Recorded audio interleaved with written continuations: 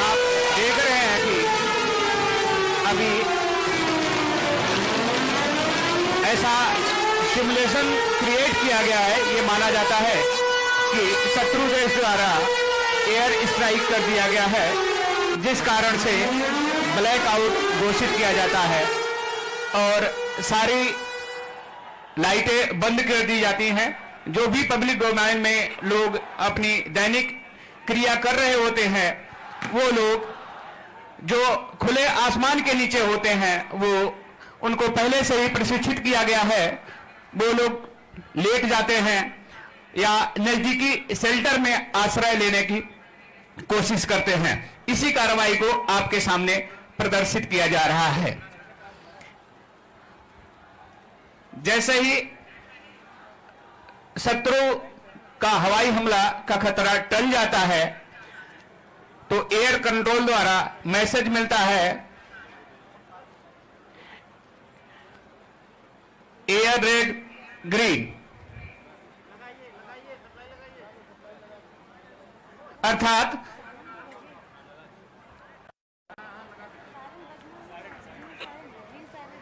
इस पर एक दूसरा सायरन बजाया जाता है। जैसा कि अभी आपने सुना कि जो पहला सायरन है वो लगातार उसकी ध्वनि कम और ज्यादा हो रही थी, लेकिन जो दूसरा सायरन बज रहा होता है, इसकी ध्वनि समानांतर एक ही रिदम से बजती रहती है, जिसका अर्थ होता है कि हवाई हमला टल गया है या शत्रु एयर स्ट्राइक बंद हो गई है।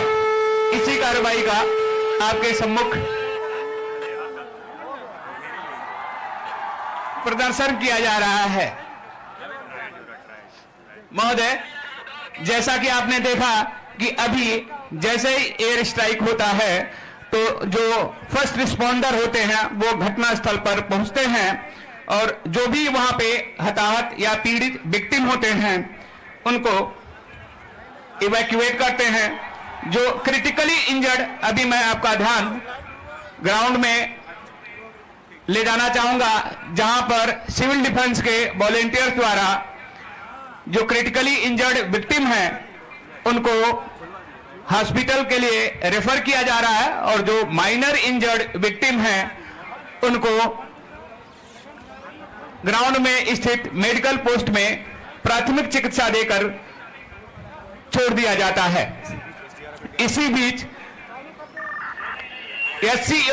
एससीओसी द्वारा जो भी रिस्पॉन्डिंग एजेंसियां हैं, NDRF, SDRF, fire emergency services तथा चिकित्सा विभाग को सूचना दी जाती है कि अमुक स्थान पर इस प्रकार की इमरजेंसी हो गई है और यहां पर रेस्क्यू एवं बचाव के लिए टीमें भेजी जाएं। अब मैं आपका ध्यान ग्राउंड के दाहिने गेट नंबर 1 की तरफ ले जाना चाहूंगा, जहां पर जो भी हमारी रिस्पॉन्डिंग एजेंसीज हैं वो घटना स्थल की ओर रवाना हो गई हैं। साथ ही महोदय, मैं आपका ध्यान आपके सामने 2 बजे की लाइन में ले जाना चाहूंगा, जहां पर एक छोटी आग पर सिविल डिफेंस के द्वारा काबू पाया जा रहा है। साथ ही साथ घायलों का प्राथमिक उपचार भी किया जा रहा है तथा उनकी प्राथमिकता को निर्धारित करने के लिए ट्रायल भी किया जा रहा है। साथ ही आप देख रहे हैं कि एक बम्बार्डमेंट हो जाने के कारण एक घर में आग लग गई है, एक झोपड़ी में, जिसमें फंसे हुए लोगों को बाहर निकालने के लिए चीफ वार्डन अमरनाथ मिश्रा अपनी टीम के साथ स्वयं पहुंच जाते हैं। फायर एंड इमरजेंसी सर्विसेज के कार्मिक झोपड़ी में लगी हुई आग पर काबू पाते हैं और उसमें फंसे हुए विक्टिम को बाहर निकालने का प्रयास कर रहे हैं। साथ ही साथ आपके सामने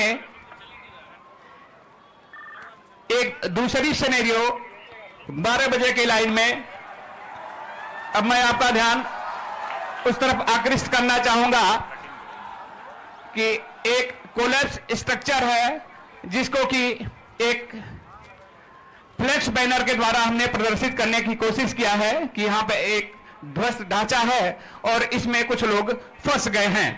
तो इस ध्वस्त ढांचे में खोज व बचाव कार्य करने के लिए सिविल डिफेंस तथा एसडीआरएफ की टीमें संयुक्त रूप से काम करती हैं।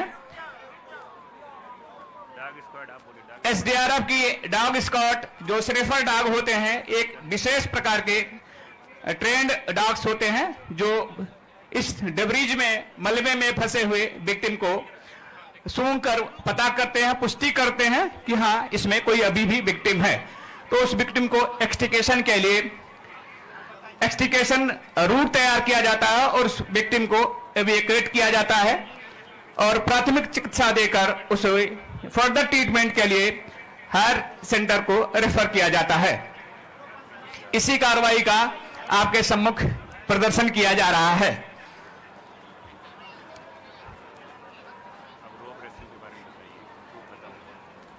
महोदय, साथ ही एक क्षतिग्रस्त व्हीकल है जिसमें कुछ विक्टिम फंसे हुए होते हैं।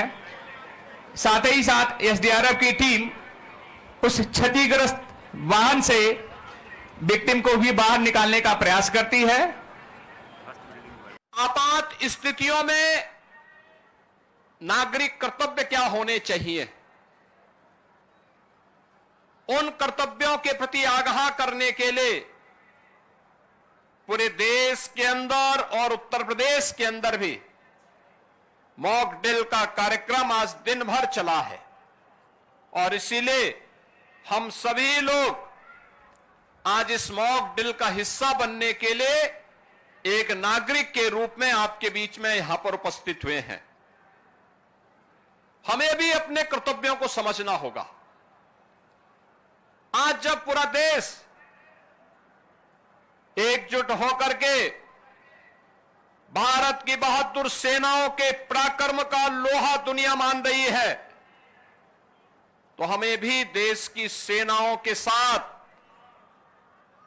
सेना, अर्धसेना, पुलिस बल और उन सभी संस्थाओं के मनोबल को बढ़ाने के लिए पूरे मजबूती के साथ उनके साथ खड़ा होना होगा। ये मॉक ड्रिल का कार्यक्रम उसी का हिस्सा है। आपातकालीन कोई स्थिति ऐसी पैदा होती है, उन स्थितियों में हमारा दायित्व बनता है कि दुश्मन को कहीं भी कोई ऐसा अवसर न मिले, किसी विरोधी को कोई ऐसा अवसर न मिले जिससे जन धन की कहीं हानि हो। उससे बचाव करने के लिए क्या उपाय हो सकते हैं? आपने देखा होगा कि किस तरीके से, क्रमबद्ध तरीके से सिविल डिफेंस ने, एनडीआरएफ ने आपके सामने उसका एक प्रदर्शन किया है। और यह केवल एनडीआरएफ या सिविल डिफेंस के लिए ही नहीं, केवल एनसीसी, एनएसएस, स्काउट गाइड या एसडीआरएफ या होमगार्ड या आपदा मित्रों के लिए ही नहीं, आम नागरिकों को भी इनके साथ जुड़ना पड़ेगा, देखना पड़ेगा, अपने कर्तव्यों के प्रति आगाह होना पड़ेगा। और यही वर्तमान समय में पूरे देश के प्रति प्रत्येक नागरिक का दायित्व बनता है कि देश पहला, हम देश के आन मान और शान के साथ किसी को भी खिलवाड़ नहीं करने देंगे।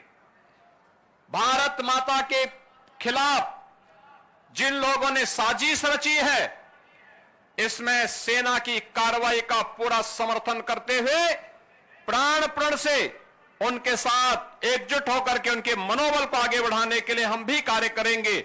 और हमारे गांव में, हमारे शहर में, हमारे मोहल्ले में जहां कहीं भी सुरक्षा से संबंधित कोई मामला आता है, जहां कहीं भी देश के आन मान और शान से संबंधित कोई ऐसा पहलू सामने आता है, उसमें हमारी प्राथमिकता में पहले देश होना चाहिए, तब कुछ और होना चाहिए। इस भाव के साथ हम सबको मिलकर के कार्य करना होगा।